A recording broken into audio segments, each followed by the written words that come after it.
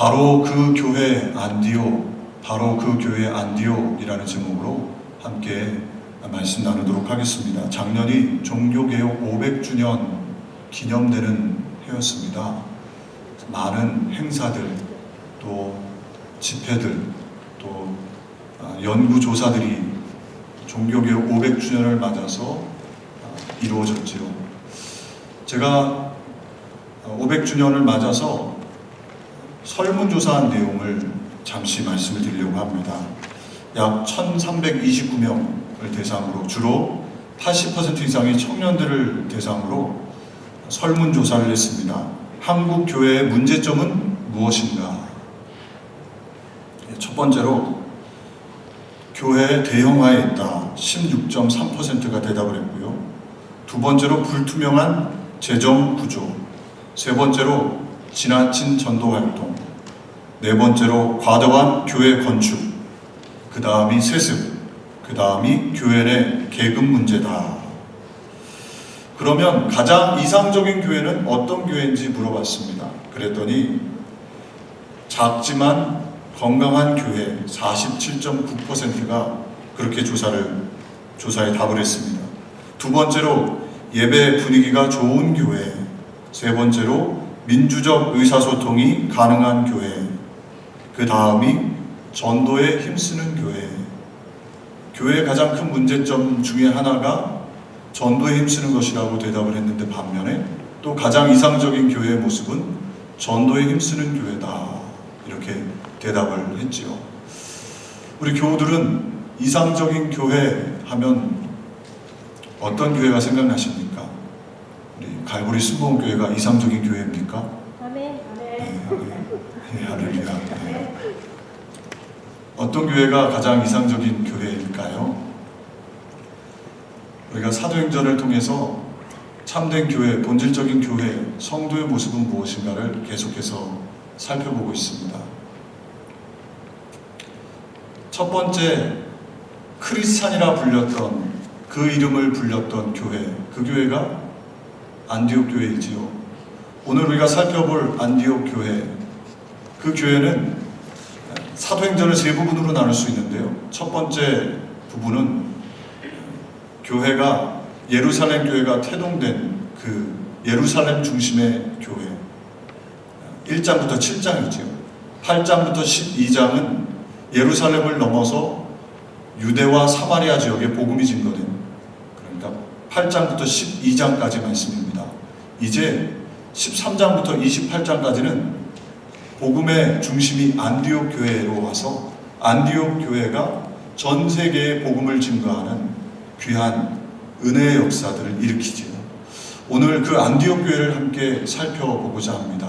가장 이상적인 교회, 성경이 말씀하고 있는 그 교회, 우리가 세 가지로 함께 살펴보면서 저와 여러분이 섬기는 교회, 저와 여러분의 삶이 그런 이상적인 교회, 성도가 되는 귀한 은혜가 있으시기를 주님의 이름으로 축복을 드립니다. 첫 번째로 함께 살펴볼 내용은 틀림이 아니라 다름을 인정하는 교회. 안디옥 교회는 바로 그런 교회였습니다. 오늘 1절 말씀 같이 말씀을 합독하겠습니다. 안디옥 교회에 선지자들과 교사들이 있으니 곧 바나바와 니게르라 하는 시므온과 구레네 사람 루기오와 분봉함 헤롯의 젖동생 마아엔과 및 사울이라. 안디옥 교회에는 5명의 리더를 소개하고 있지요. 바나바, 니게르라 하는 시므온, 구레네 사람 루기오, 분봉함 헤롯의 젖동생 마아엔, 그 다음 사울. 5명의 선교사, 교사가 있었다. 그러니까 하나님의 말씀을 대언하고 하나님의 뜻이 무엇인지를 가르치는 그 5명의 리더가 있었다고 성경은 말씀하고 있습니다. 이 한 사람 한 사람 면면히 살펴보면 모두가 다 이주민, 그러니까 이민자들이었습니다. 바나바를 보십시오. 바나바는 사도행전 12장 24절 우리가 함께 살펴봤습니다마는 착한 사람이다, 성령과 믿음이 충만한 사람이다 라고 소개하죠. 바나바는 또 어떤 사람이었습니까? 자신의 모든 소유를 팔아 교회, 하나님 나라에 바쳤던 인물 아닙니까? 또 바나바는 어떤 사람이지요? 사람들이 믿어주지 않았던 과거가 있었던 사울, 교회를 핍박했던 첫 순교자 스테반을 돌로 죽이는 그 자리에 앞장섰던 그 사울 아무도 교회 성도들이 믿어주지 않았을 때 바나바가 그를 자신의 신원을 보장하며 자신의 모든 것을 걸고 이 사울을 교회에 소개하고 하나님 나라에 쓰임받을 수 있도록 다리를 놓아주었던 바로 그 바나바 아닙니까? 이 바나바는 오늘 본문 말씀 이 사울과 바나바가 함께 말씀을 증거했던 선교했던 그곳에서 왔던 이민자였습니다. 오늘 본문 말씀에 보면 구브로라고 되어 있는데요. 이 바나바는 구브로 섬의 이주민 출신이었습니다. 뿐만 아니라 오늘 두 번째로 말씀하고 있는 니게르라 하는 시므온은 누굽니까? 니게르라 하는 시므온은 니게르 라틴어로 검은이라는 뜻이지요. 그래서 아프리카 리비아 출신의 사람이었을 것이다. 그러니까 흑인을 의미합니다.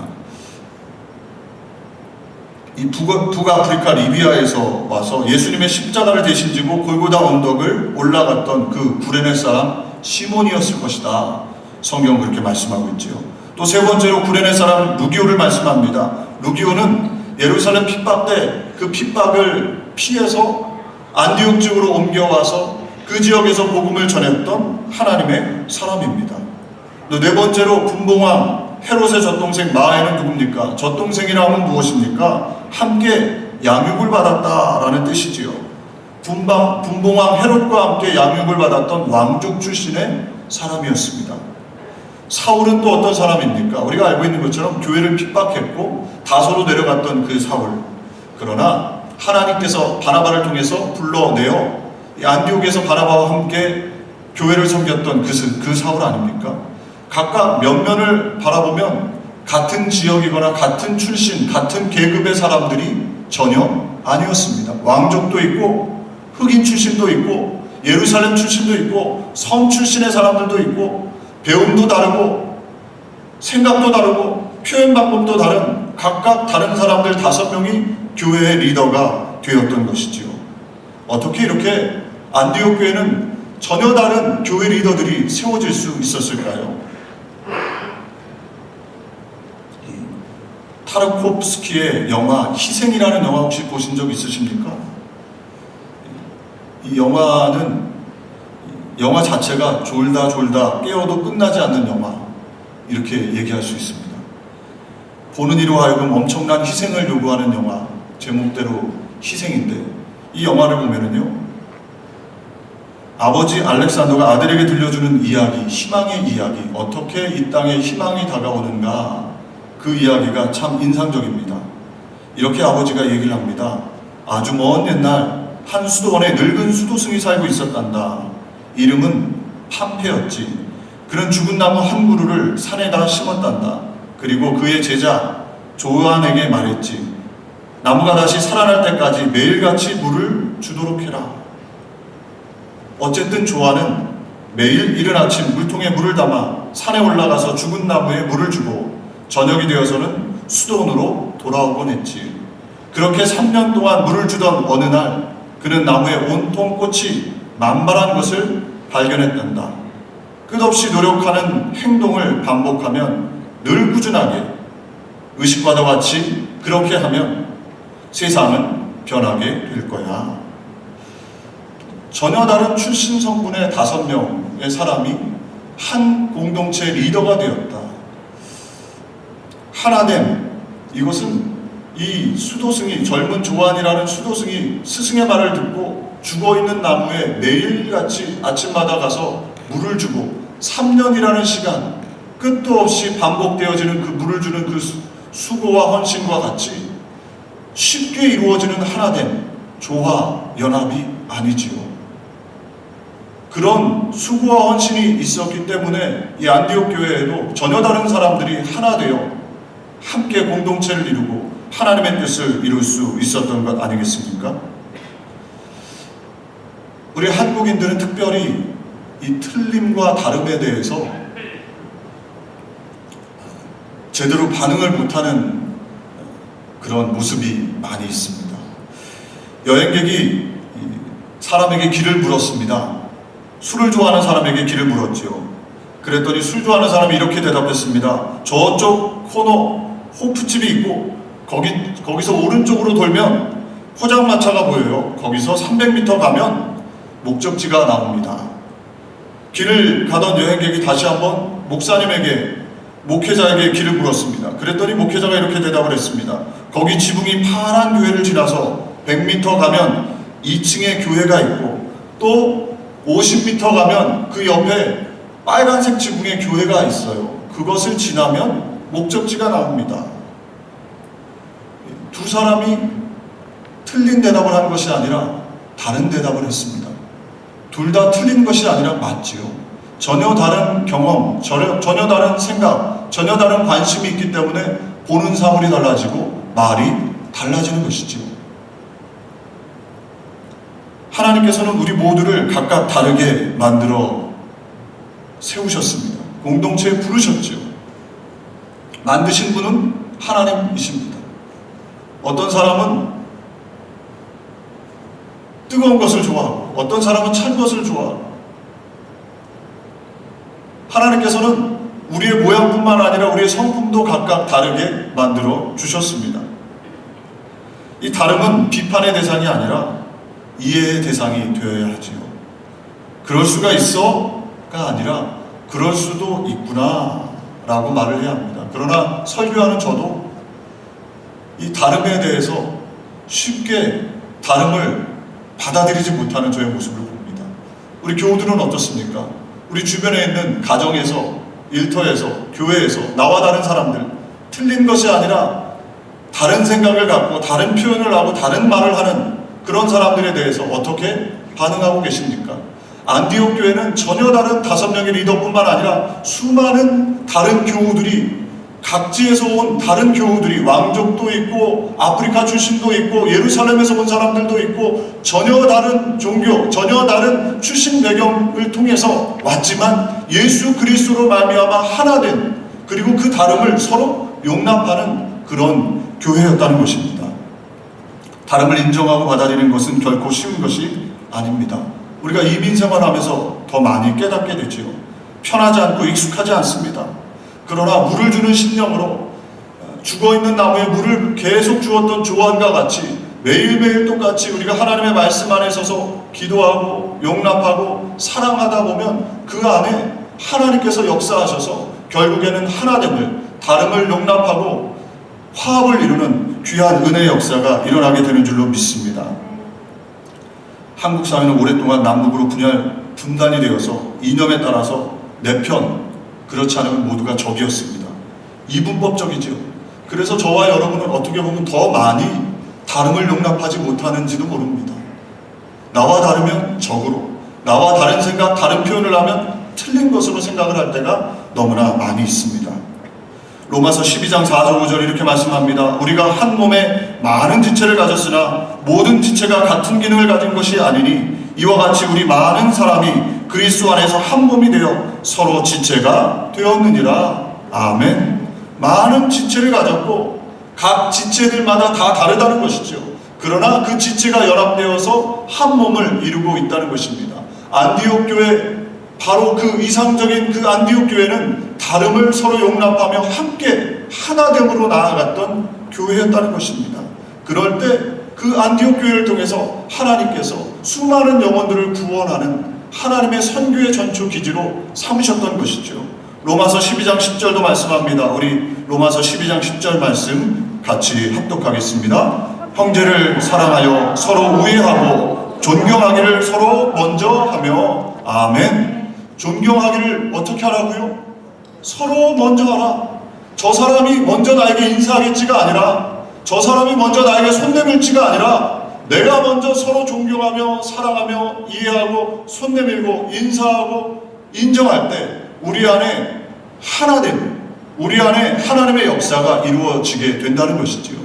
우리 교우들이 그런 은혜가 있으시기를 주님의 이름으로 축복을 드립니다. 두 번째로, 안디옥 교회는 간절한 예배로 성령의 음성을 듣는 교회였습니다. 2절 말씀 이렇게 말씀합니다. 우리 2절 말씀도 함께 합독할까요? 주를 섬겨 금식할 때 성령이 이르시되 내가 불러 시키는 일을 위하여 바나바와 사울을 따로 세우라 하시니 아멘.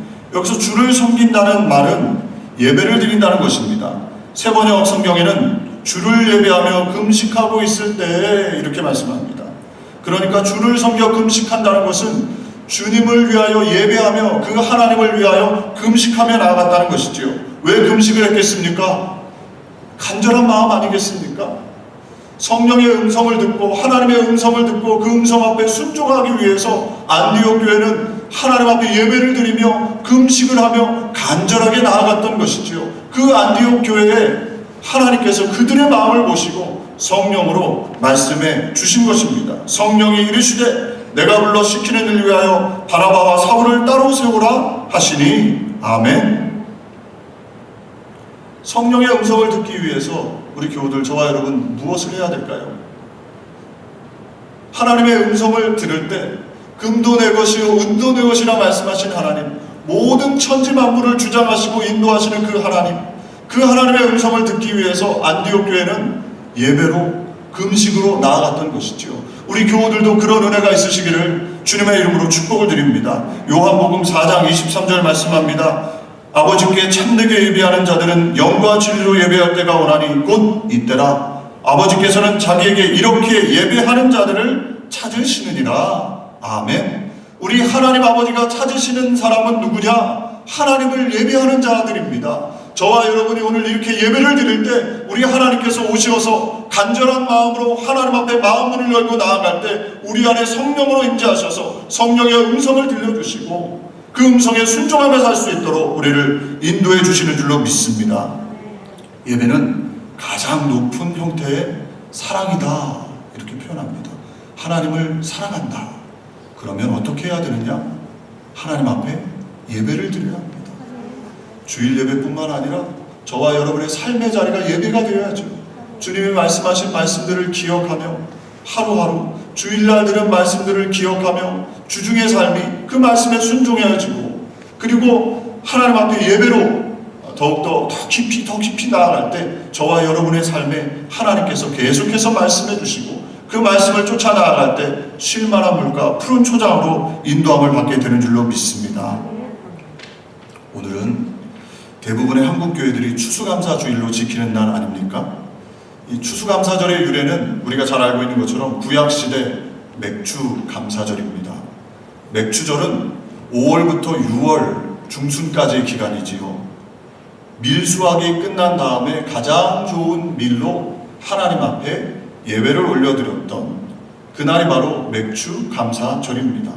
이 맥주감사절이 근대에 와서 우리가 잘 알고 있는 것처럼 신앙의 자유를 쫓아 하나님 앞에 다른 예배 드리고 싶어서 청교도들이 고향을 버리고 친지를 버리고 살던 터전을 버리고 이 미국 땅으로 이주해 온 것, 그것이 바로 추수감사절의 유래 아닙니까? 102명이 청교도들이 메이플라워를 타고 1620년에 고향을 버리고 미국으로, 아메리카 대륙으로 이주를 합니다. 이주하는 동안에 배에서 한 사람이 죽고 한 사람이 또 태어납니다. 102명이 도착했는데 그해 겨울을 지나는 동안에 50명이 남습니다. 많은 사람들이 혹독한 추위, 배고픔, 기아, 동물들, 그리고 친숙하지 않은 환경 속에서 목숨을 잃었지요. 그들이 도착하자마자 했던 것도 무엇입니까? 하나님 앞에 예배드리는 것이었습니다.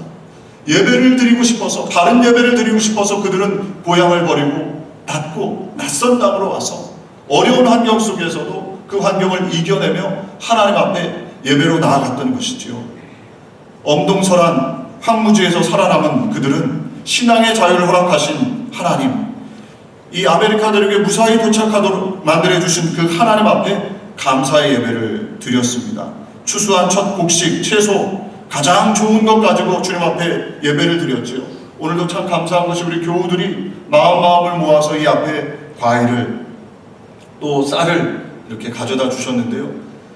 이 청교도들이 그 첫 해 수확을 가지고 하나님 앞에 얼마나 기쁜 마음으로 예배를 드렸는지 모릅니다. 그들이 90명의 네이티브 아메리칸들을 초청해서 칠면조를 구워서 먹고 그리고 펌킨파이를 함께 나누어 먹으면서 하나님께서 지켜주셨습니다. 하나님 앞에 예배의 감격으로 나아갔을 때 하나님께서 그 청교도들을 축복해 주실 수밖에 없었지요. 예배를 위하여 모든 것을 버리고 하나님을 바로 섬기기 위하여 모든 것들을 내려놓았던 그들에게 복을 주시지 않으면 누구에게 복을 주시겠습니까? 그래서 그들에게 하나님께서 넘치는 축복으로 이 아메리카 대륙이 그렇게 부흥하고 발전하게 되었던 것이죠. 사랑하는 교회 여러분, 저와 여러분도 마찬가지입니다. 우리의 삶에 저와 여러분이 그 교회, 안디옥 교회는 이 감사의 예배뿐만 아니라 하나님 앞에 온전히 드리는 예배가 있었던 것입니다. 우리 교회에도 무엇보다 예배의 자리가 풍성해지는 그런 은혜가 있기를 소망합니다. 하나님 앞에 드리는 예배의 시간들, 하나님을 만나기 위해 그 시간을 정하여 흔들리지 않고 나와서 주님 앞에 예배하며 나아갈 때 하나님께서 넘치는 은혜와 사랑을 우리의 삶에 부어주실 줄로 믿습니다. 세 번째로 그 교회 안디옥 교회는 어떤 교회였습니까? 순종하여 선교하는 교회였습니다. 오늘 3절 말씀, 우리 말씀을 같이 합독하겠습니다. 이에 금식하며 기도하고 두 사람에게 안수하여 보내니라. 아멘. 우리 다시 한번 말씀을 합독해 볼까요? 네, 오늘 본문 말씀 3절입니다. 네, 같이 합독하겠습니다. 이에 금식하며 기도하고 두 사람에게 안수하여 보내니라. 아멘. 안디옥 교회는 예배로 성령의 음성을 듣고 난 다음에 성령께서 주신 그 음성 앞에 순종하여 나아갔던 교회입니다. 간절한 마음으로 금식하며 예배드리던 그 안디옥 교회, 성령의 음성을 주셔서 바울과 바나바를 따로 세웠지요. 그리고 난 다음에도 또 한 번 이에 금식하여 기도했다 이렇게 말씀합니다. 왜 그들은 두 번이나 반복해서 금식하여 기도했던 것일까요? 왜냐하면 우리가 알고 있는 것처럼 바울과 바나바, 사울과 바나바는 안디옥 교회의 가장 핵심적인 리더, 목회자들이었습니다. 그런데 지금 하나님께서 성령의 음성을 통해서 바나바와 사울을 따로 떼어서 선교로 보내라는 것이지요. 개교회, 안디옥 교회만 생각해보면 안디옥 교회 발전과 부흥을 위해서는 바나바와 사울을 보내는 것이 교회는 큰 해 아니겠습니까? 그래서 안디옥 교회 성도들이 모여서 함께 다시 한번 금식한 것이죠. 그리고 나서 하나님의 음성 앞에 어찌되든지 순종하며 나아갔던 것입니다. 세상에는 예배하며 금식하며 자꾸만 자기를 채우려는 사람들이 있습니다.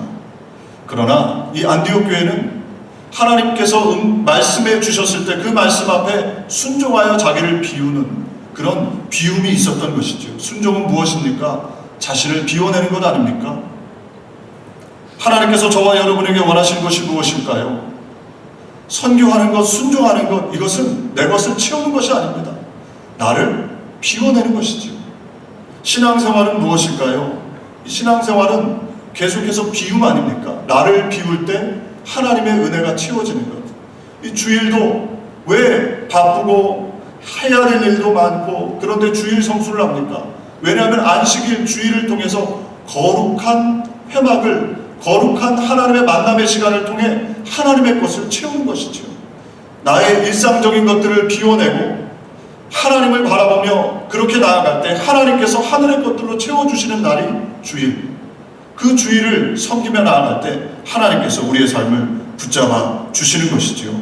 요즘 지난 목요일날 눈이 많이 내려서 더더욱 그런 것 같아요.